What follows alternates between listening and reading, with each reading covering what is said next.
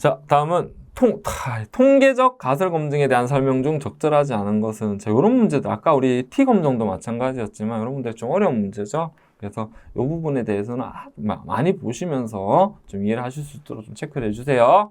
자, 보기 보겠습니다. 사실인 기무가설을 기각했을 때 발생하는 오류를 일종 오류라고 합니다. 네, 맞아요.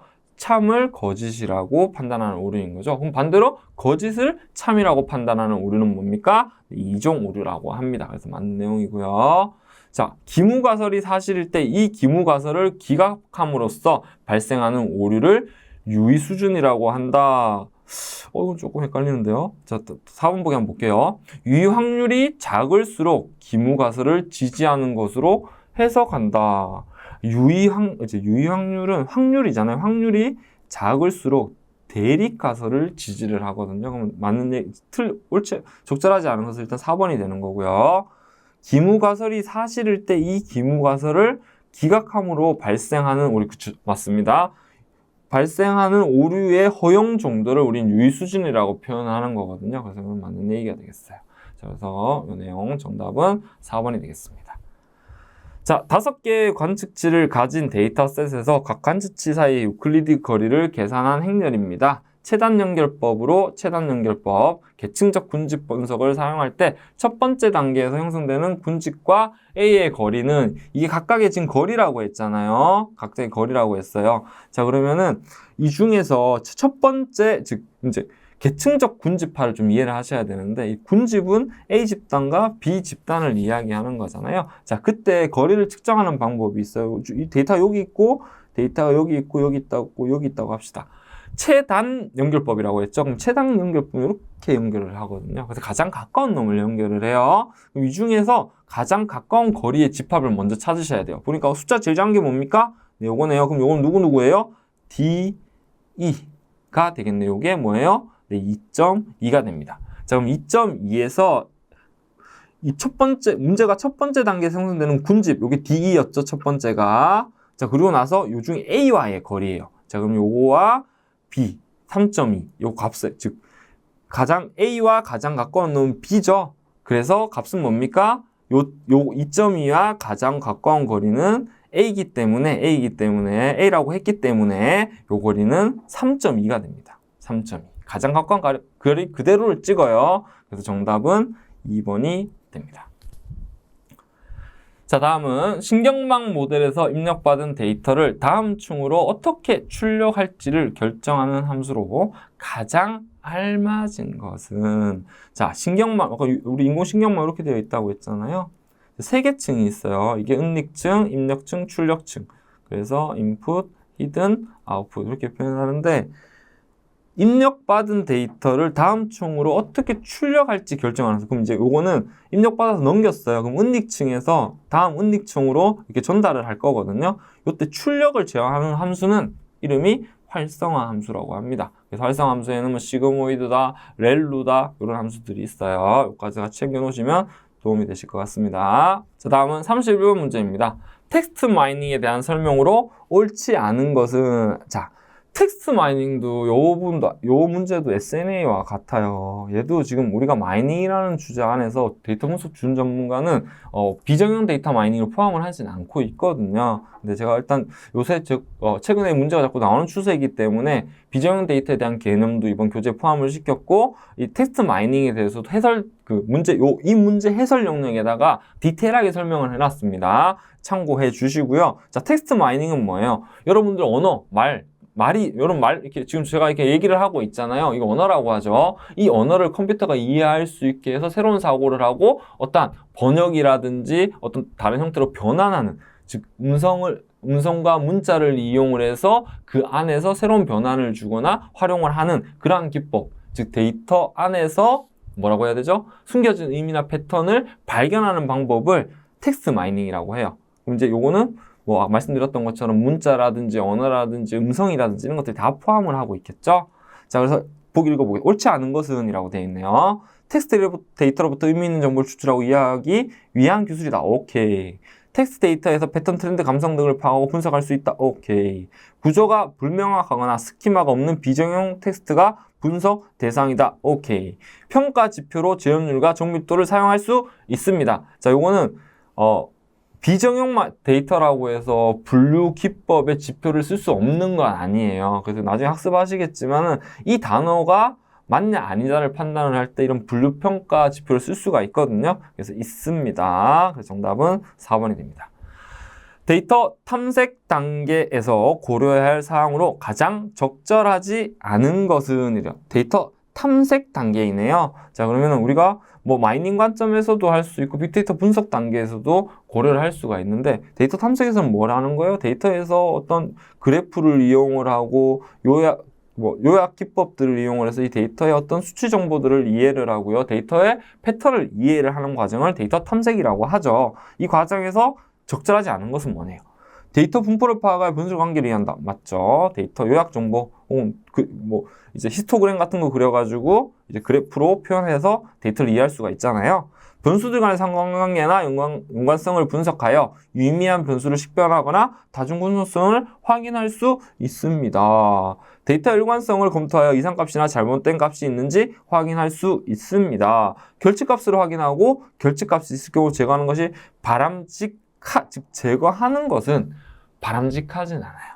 그래서 무조건 데이터를 지우는 건 옳지 않습니다. 그 데이터를 최대한 활용할 수 있게 이제 대치 기법을 써가지고 그 유사한 데이터로 만들어주는 게 더 의미가 있거든요. 그래서 정답은 4번이 되겠습니다. 자, 다음은 33번. 부트스트랩을 통해서 한 샘플이 뽑힐 확률이 D분의 1이라고 했었을 때 샘플 추출을 D번 진행하고 어떤 샘플이 한 번도 뽑히지 않을 확률은, 자, 요거는 부트스트랩을 먼저 이해하셔야 되겠죠. 자, 부트스트랩은 전체 데이터가 10건이 있어요.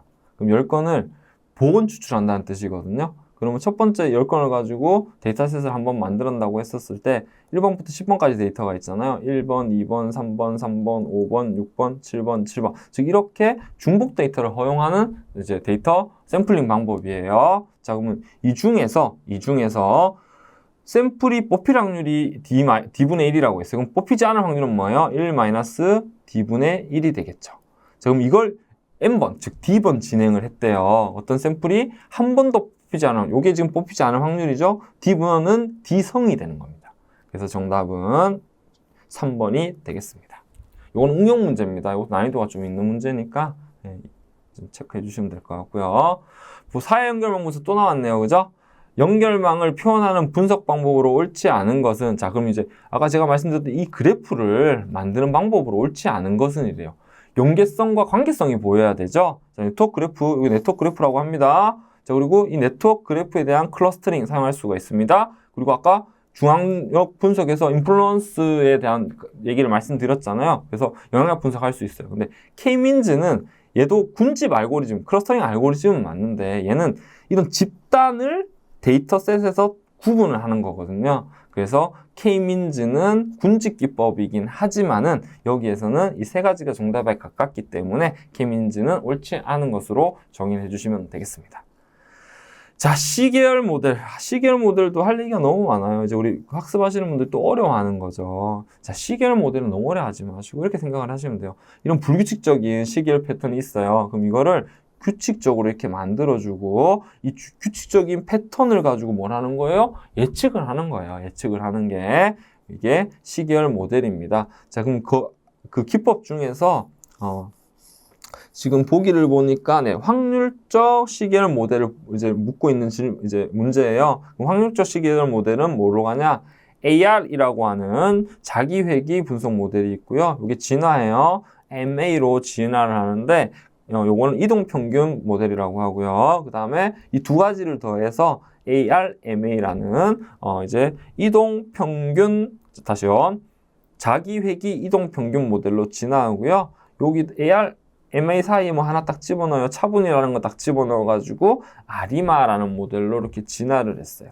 그럼 얘는 AR은 뭐냐? 현재와 과거를 가지고 분석을 하고요. MA는 현재와 과거의 오차의 관계를 가지고 분석을 하고요. 이 두 가지를 합쳐서 분석하는 게 뭐다? 아르마라고 하는 자기회귀 이동 평균 모델이고요. 자, 요 사이에 뭐라고 했어요? 통합의 개념이 있는 차분을 해서 분석하는 모델을 아리마라고 해요. 그럼 그걸 가지고 한번 읽어볼게요. 현재와 과거 자신의 오차 관계를 정의하는 모형을 자기 회귀 누적 이동 평균 아니죠. 현재와 자신의 오차 관계는 아까 MA 이동 평균 모델이라고 했죠. 자, 그럼 틀렸습니다. 자, 현재 자료를 과거의 백색 자금의 선형 결합으로 나타내는 모형을 자기 요것도 MA의 이동 평균 모델에 대한 설명입니다. 자, 그리고 이동 평균 모델은 정상성을 만족하기 위한 조건 아닙니다. 이동 평균 모델은 아까 여기 보시면은 백색 잡음 등을 이용을 해서 불규칙성을 기본적으로 제거를 해요. 그래서 정답은 3번도 틀리게 되네요. 자, 4번은 뭐라고 되어 있나요? 4번은 계절성을 갖는 정상 시결은 계절 차분을 이용해 비정상 시결로 바꿀 수가 있다. 예, 맞게 됩니다. 그래서 정답은 4번이 되겠습니다. 자, 또 이제 이어가지고 아르마에 대한 문제가 나오고 있어요. 아르마는 자, 옳지 않은 것은 뭐에 대해서 2,0이라고 되어 있네요. 그러면 이게 AR이 2고요. MA는 0이라는 뜻이에요. 이게 자기 회귀 이동 평균 모형으로 시계열 데이터를 모델링하는 데 사용됩니다. 맞습니다. 2차 자기 회귀량만을 포함하고, 자, 2차 자기 회귀량 포함하고 있죠. 이동 평균항은 포함하지 않는 모델입니다. 맞습니다. 자, 그리고 현재 시점의 값이 과거 두 개의 값을 이용하여 자기 회귀적으로 예측된다는 의미입니다. 맞습니다. 요것만 쓴다는 뜻이니까요. PACF와 그리고 ACF는 증가한다. 아니네요. 다시요. 보기 볼게요. 죄송합니다. PACF는 절단되고 ACF는 증가한다라고 했어요. 자, 요 얘기는 뭐냐면 PACF는 부분 자기 상간 함수를 이야기하는 거고요. ACF는 상관성 함수를 얘기를 하는 거예요. 지금 2,0이라는 뜻은 PACF는 2에서 절단되는 게 맞고요. ACF는 감소합니다. 감소한다. 그래서 정답은 4번이 되겠습니다. 자, 다중공선성 뭐라고 했어요? 독립변수들 간의 유사성, 즉 선형 관계가 있다 보니까 똑같은 의미를 여러 번 반영을 하면서 생기는 문제점을 이야기를 했죠. 그러면 이 독립변수가 여러 개이기 때문에 그 독립변수를 제거해 주거나 이 독립변수를 줄여 주거나 하는 방법으로 해결하면 될 것 같아요. 자, 설명으로 옳지 않은 것은 이라고 했어요. 다중공선성이 발생하는 독립변수들은 표본의 크기가 관계없이 발생하게 된다. 이건 좀, 자, 한번 일단 넘어가 볼게요. 다중공선성 문제를 해결하기 위해 중요하지 않은 변수를 제거한다. 맞고요. 그때 쓰는 방법이 분산 팽창 요인이죠. 그 기준이 10 이상인 변수들은 제거를 하면 됩니다. 맞습니다. 표본수가 증가해도 분산 팽창 요인에서 결정 계수는 크게 변하지 않는다. 요거는 맞네요. 크게 변하지 않습니다. 그럼 정답은 1번인데요. 보기 한번 읽어볼게요. 다중공선성이 발생하는 독립 변수들은 표본의 크기가 관계없이 표본의 크기와 와로 좀 고쳐야겠네요. 와 관계없이 발생한다. 아닙니다. 표본이 많아지면은 다중공선성이 발생할 확률이 높게 되죠. 그래서 정답은 1번, 즉 옳지 않은 것은 1번이 되겠습니다. 네, 1번 체크해 주시고요. 자, 다음 텍스트 마이닝에 대한 설명으로 또 텍스트 마이닝 또 나왔네요. 아까 개념 설명했으니까 보기 살펴볼게요. 옳지 않은 것은 그러는 겁니다. 텍스트 데이터를 분석하고 정보를 추출하기 기술 맞아요. 텍스트 데이터의 정제 및 전처리 과정을 수행합니다. 비구조화된 텍스트에서 구조화된 데이터로 변하는 방법을 코퍼스라고 하진 않고요. 변환 기법을 쓰게 되는 거고, 그 과정들이 있어요. 토크나하고 등등 과정이 있는데, 이 코퍼스는 우리 이런 문서 데이터를 학습 데이터로 사용할 수 있는 텍스트 집합이에요. 그래서 얘는 틀리게 되는 겁니다. 긍정, 부정, 중립적인 의견을 판별하거나 감정의 강도를 측정하는 등의 분석이 가능합니다. 이걸 또 이제 다른 말로 오피니언 마이닝이라고도 하는데 이것도 텍스트 마이닝의 범주에 속합니다. 그래서 정답은 3번이 되겠습니다. 39번. 다음 중 회귀 분석에서 모형의 설명력을 확인하기 위해 사용되는 결정계수. 자, 즉 데이터가 우리 회귀 모델을 얼마나 잘 설명해 주는지에 대한 평가 지표를 우리는 결정계수라고 하죠. R 이렇게 표현하고 값은 0보다 크고 1보다 작게 됩니다. 바로 옳지 않은 것은 1번으로 딱 정의가 될 수 있네요. 0과 1 사이라고 했는데 마이너스 1과 1 사이로 값을 갖는 건 아닙니다. 라고 되어 있어요. 그래서 정답은 1번이고요. 나머지 내용을 한번 읽어보세요. 자, 40번. 회귀 분석에서 유의성 검증을 위한 분산 분석표. 자, 회귀 분석에서 유의성 검증을 할 때 우리가 분산 분석표라는 걸 이용을 하거든요. 이건 좀 잘 이해를 하셔야 되는데 이 그래프가 이렇게 있어요. 그래서 우리가 어떤 회귀 모델을 이렇게 만들었다고 치고 여기 데이터에 값이 있어요.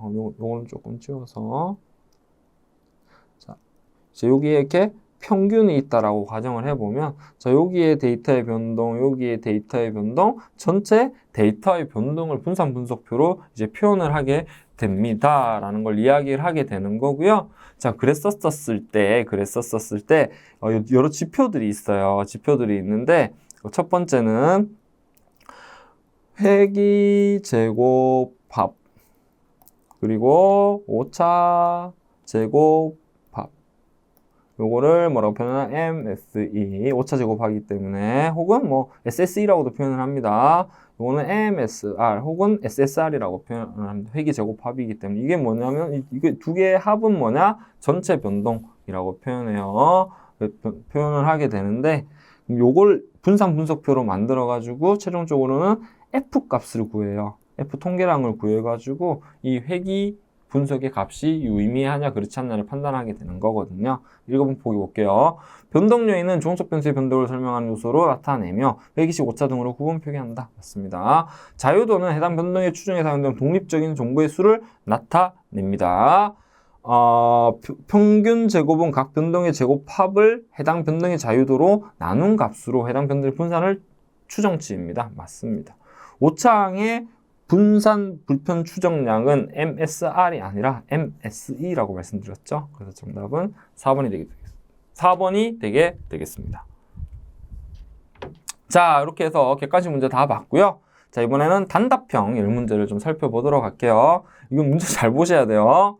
자, 아래 문장에 알맞은 용어는 이라고 되어 있습니다. 데이터의 가공 및 상관관계 간 이해를 통해 패턴을 인식하고 그 의미를 부여한 데이터를 뭐라고 하냐? 저 데이터 원 데이터가 있어요. 여기에서 이해를 통해 패턴을 인식하고 그 의미를 부여한 데이터는 인포메이션, 정보라고 합니다. 우리 DIKW 아까 봤었었죠?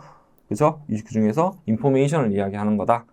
자, 다음 2번 문제. 빅데이터 활용 기법 중 아래 문장처럼 어떤 변수 간에 주목할 만한 상관관계가 있는지 찾아내는 방법. 상관관계라고 되어 있으니까 슈퍼마켓의 상관관계가 높은 상품을 함께 진열하여 같이 구매하는지 분석. 자, 요거를 우리는 연관 분석이라고 합니다. Association Analysis를 이용을 해가지고 이런 이제 품목과 품목 간에 어떤 뭐 예를 들어서 마트에서 A와 B 상품을 가깝게 위치를 시켜놓으면 더 잘 팔릴 거잖아요. 그런 걸 할 때 쓰는 분석이 연관 분석입니다. 자, 3번 문제. 기업의 경영 목표 달성에 필요한 전략적 주요 정보를 포착하고 주요 정보를 지원하기 위한 전사적 관점의 정보 구조를 도출하며 이를 수행하기 위한 전략 및 실행 계획을 수립하는 전사적인 종합 정보 추진 계획은 ISP라고 합니다. Information Strategy Planning이라는 거예요. 그래서 우리 기업에서 이제 우리 앞으로 시스템을 이제 구축을 할 거예요. 그럼 A, B, C 시스템을 이제 구축을 해야 돼. 이걸 하려고 했더니 D는 고도화해야 되고 E도 고도화해야 돼. 이 각각에 대한 관계성을 분석을 하고요. 또 순서를 정하게 되겠죠. 자, 이러한 계획을 뭐라고 한다? 우리는 ISP라고 합니다. 기억해 주셨으면 하고요. 자, ISP를 다른 말로 하면은 정보 전략 계획이라고 표현합니다. 여기까지 기억해 주시면 되겠어요.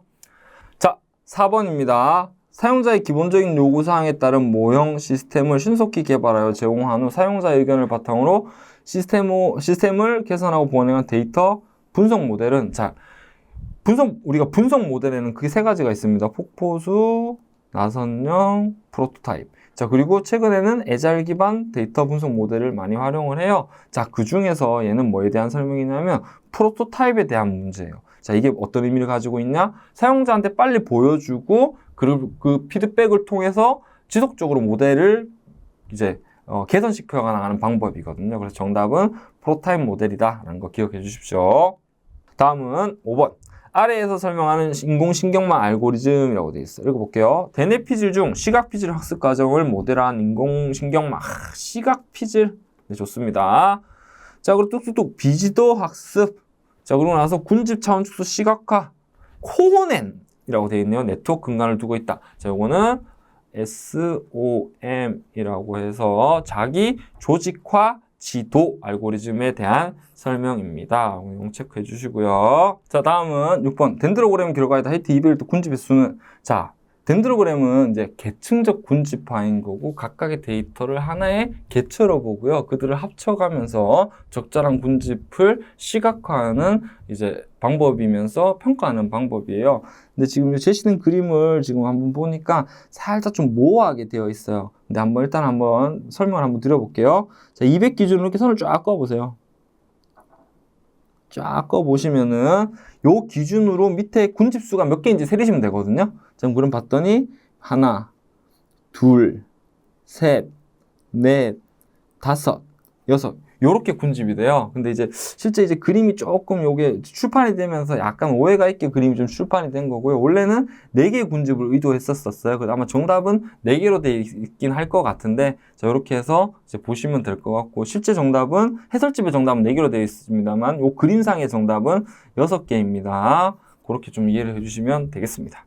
다음은 아래의 5 분류표를 이용하여 F1 스코어 값을 구하시오. 단 가로는 요게 실제 값이고요. 요게 세로는 예측 값이라고 해요. 자, F1 스코어, 자, 우리가 이제 요 분류 모델의 평가, 분류 모델을 평가할 수 있는 혼동행렬을 얘기하는 거고요. 지금 나와 있는 그림은 이제 혼동행렬이고, 우리는 이제 F1 스코어를 구하기 위해서는 정밀도와 지연율을 알아야 돼요. 왜? 식이 이렇거든요. P 더하기 R분의 2 곱하기 B 곱하기 R이에요. 자, P는 뭐예요? P는 정밀도고요. R은 지연율이에요. 그럼 P와 R, 즉 지연율을 먼저 구하셔야 됩니다. 그러면 정밀도는 어떻게 구합니까? 정밀도는 자, 예측한 값을 기준으로 해가지고 옳게 예측한 거에 대한 비율이에요. 그러면 30 더하기 70분의 30. 자, 지연율 R은 어떻게 구하나요? 여기. 실제 정답인 것을 기준으로 옳게 판단한 거에 대한 비율이에요. 그러면 30 더하기 60분의 30이 되는 거예요. 그럼 요거 값은 뭡니까? 10분의 3이 되고 요 값은 9분의 3이 되게 되겠네요. 그죠? 그럼 요 식에다가 10분의 3과 9분의 3을 대입시키면 돼요. 그럼 어떻게 됩니까? 10분의 3 더하기 9분의 3분의 2 곱하기 10분의 3 곱하기 9분의 3. 자, 요걸 계산을 해 보시면은 아마 정답이 뭐가 나오냐 보니까 0.315가 나올 겁니다. 네, 계산해 보시면 되겠습니다. 8번. 재표본 과정에서 각 자료에 동일한 확률을 부여하지 않고 분류가 잘못된 데이터에 더 가중치를 주어 표본을 추출하는 기법은 앙상블 중에서 부스팅에 대한 설명입니다. 부스팅. 자, 부스팅은 뭐였어요? 분류계열 A, B, C가 있잖아요. 그럼 여기 빨리 학습시키고 다음에 가중치 전달하고 빨리 학습시키고 다음에 가중치 전달해가지고 최종적으로 이 모델을 아주 좋은 모델로 만드는 방법이죠. 그래서 이건 부스팅이 정답이 되겠습니다. 자, 다음은 9번 문제입니다. 아래의 빈칸에 알맞은 용어는 뭐뭐뭐는 관측된 종속 변수값과 회계식을 통해 예측된 종속 변수값의 차이를 의미한다. 뭐뭐뭐는 회계 모델이 관측 데이터를 얼마나 잘 설명하지 못하는지를 측정된 값으로 모델의 적합도 평가, 즉 회계인 모델에서의 지표 중에 실제값과 예측값의 차이를 뭐라고 한다? 자, 오차 혹은 잔차라고 하는데요. 우리가 정의한 모델과 실제값의 차이를 이제 잔차라고 하기 때문에 여기에서의 값은 잔차라고 표현하시는 게 맞습니다.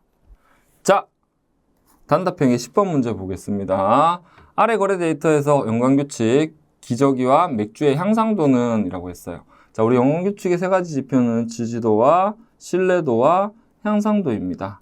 이걸 이제 수식으로 이제 표현하면 P, A 교집합 B. 신뢰도는 동일하게 P, 여기 끌게요. A 교집합 B 분의 P, A인 거고요. 향상도는 자, 똑같죠? 여기 신뢰도가 또 발전하죠? P, A 교집합 B가 있고요. 여기에 P, A 곱하기 P, B로 나눠주면은 향상도를 구할 수가 있어요. 자, 그러면 이걸 구하기 위해서 이제 우리 전체 4건의 거래가 있네요. 전체 4건이 있고요. 그럼 기저귀와 맥주가 동시에 발생한 거래는 몇 건이냐? 기저귀와 맥의 거래 건수는 여기와 여기가 있네요. 2건. 그리고 기저귀만 발생한 거. 기저귀만 발생한 거는 수는 몇 건이 있냐 보니까 3건. 그럼 맥주만 발생한 건수는 보니까 2건이 있네요. 자, 그럼 요걸 이제 요 전체 우리가 구한 건수가 지금 나왔기 때문에 이제 확률로 바꿔주면 될 것 같아요. 자, 그럼 여기서 우리가 구해야 될 건 향상도잖아요. 자, 그럼 요거를 조금 정리를 해보면 어떻게 됩니까? PA는 얼마예요? 4분의 2고요. 곱하기 PB는 얼마입니까? 기저귀이기 때문에 A가 기저귀죠, 지금. 그럼 여기서 다시 정리 한번 할게요. A는 기저귀, B는 맥주예요. 자, 맥주가 되니까 4분의 2가 아니라 오늘 4분의 3이 되고요. 맥주는 4분의 2입니다. 자, 그러면 A와 B가 동시에 거래가 된 거는 이게 4분의 2가 되겠네요. 자, 그럼 요거를 구하게 되면은 요게 0.5가 되고 4분의 3을 바꾸면 어떻게 되나요?